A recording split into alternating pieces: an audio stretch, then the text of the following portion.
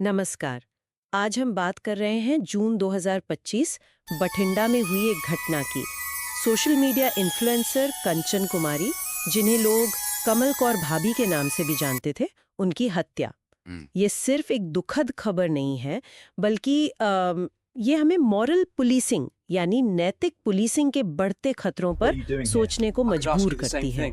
हमारे पास इस पर कई स्रोत हैं और आज हम कोशिश करेंगे कि इस मामले को थोड़ा गहराई से समझें। बिल्कुल। We got the call about an Kanchan hour Kumari, ago. जैसा आपने कहा, All right, पंजाब let's में see what काफी we've got. पॉपुलर थी। इंस्टाग्राम पर देखें तो करीब 3,84,000 और यूट्यूब पर भी लगभग 2,36,000 फॉलोअर्स थे उनके। हाँ, अच्छी खासी फॉलोइंग थी। जी।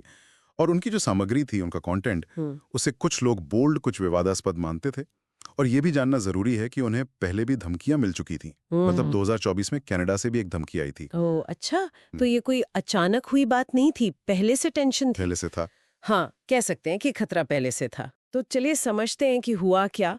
9 जून को कंचन लुधियाना से भटिंडा गईं। बताया गया कि कोई प्रोमो शूट था, लेकिन उसके बाद हाँ, उसके बाद 2 दिन तक कुछ पता नहीं चला।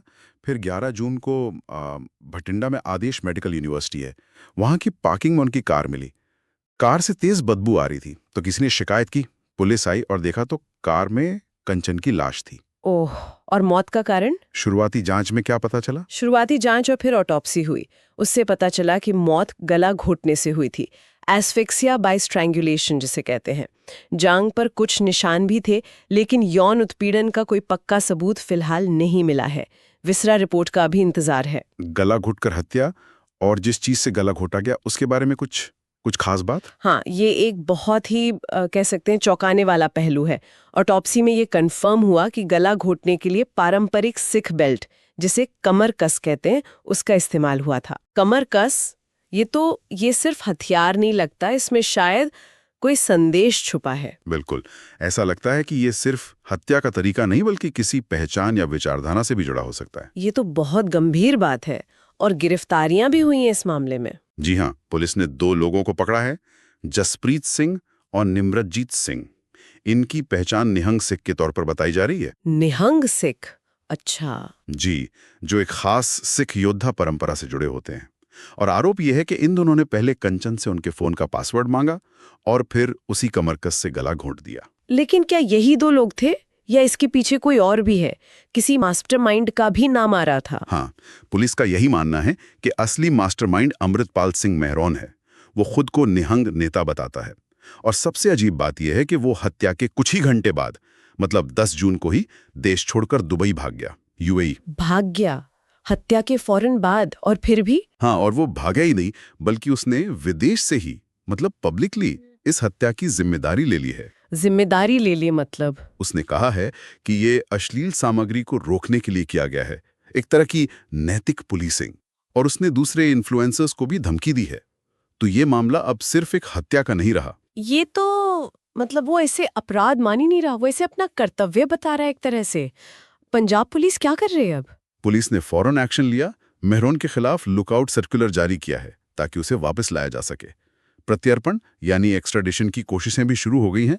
17 जून को कोर्ट से वारंट भी जारी हो गया है। पर आप जानते हैं, ये अंतर्राष्ट्रीय मामले वक्त लेते हैं। हाँ, ये तो है। इस पूरी घटना ने पंजाब में तो काफी बहस छेड़ दी होगी, है ना? समाज में क्या चल रहा है? बिल्कुल, समाज में बहुत तीखी प्रतिक्रिया है और लोग बटे हुए हैं। एक तरफ वो लोग हैं जो नैतिक पुलिसिंग का समर्थन कर रहे हैं। वो मानते हैं कि कंचन जैसी इन्फ्लुएंसर्स का कंटेंट समाज के लिए ठीक नहीं था, अनैतिक था। और चिंता की बात यह है कि अकाल तख्त, जो सिखों की एक बहुत बड़ी धार्मिक संस्था है, उसके मुख्य ग्रंथी ने भी इस हत्या को कहीं ना कहीं जायज ठहरा दिया। ओह, एक धार्मिक संस्था से ऐसी बात, ये तो मामले को और उलझा देता है। और दूसरी तरफ क्या राय है? दूसरी तरफ जाहिर है कड़ी निंदा हो रही है। जैसे सिंगर मीका सिंह हैं और भी कई लोग हैं, वो इसे कट्टरता, बर्बरता और महिलाओं के अधिकारों पर सीधा हमला बता रहे हैं। उनका कहना है कि कानून हाथ में लेने का हक किसी को नहीं, चाहे कंटेंट पसंद हो या ना हो। हाँ, ये तो सही बात है। ये टकराव तो बड़ा गहरा है, पारंपरिक सोच और व्यक्तिगत आजादी के बीच। बिल्कुल। और पुलिस प्रशासन भी इस तनाव को समझ रहा है। वो क्या कर रहे हैं इसे कम करने के लिए? पंजाब पुलिस ने सोशल मीडिया पर भी निगरानी बढ़ाई है। उन्होंने 550 से ज्यादा पोस्ट हटवाए हैं जिन्हें आपत्तिजनक माना गया है। और वो लगातार अपील कर रहे हैं कि लोग कानून का रास्ता अपनाएं, खुद सजा देने वाले ना बने। विजिलेंटिज्म को रोकने की कोशिश कर रहे हैं। तो अभी की ताज़ा स्थिति क्या है? मामला कहाँ तक पहुंचा है? देखिए, 2 आरोपी तो हिरासत में हैं, जसप्रीत और निमरतजीत।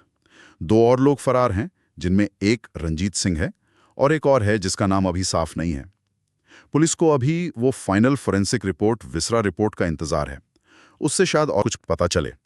और जैसा हमने बात की, मेन आरोपी मेहरौन को वापस लाने की कोशिशें चल रही हैं।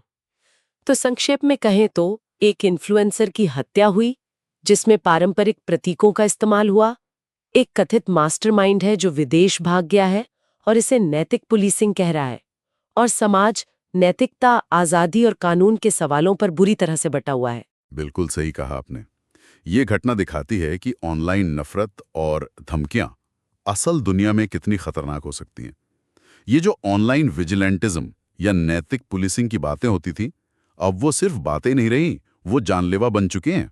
वाकई ये सोचने पर मजबूर करता है कि समाज में नैतिकता की परिभाषा कौन तय करता है।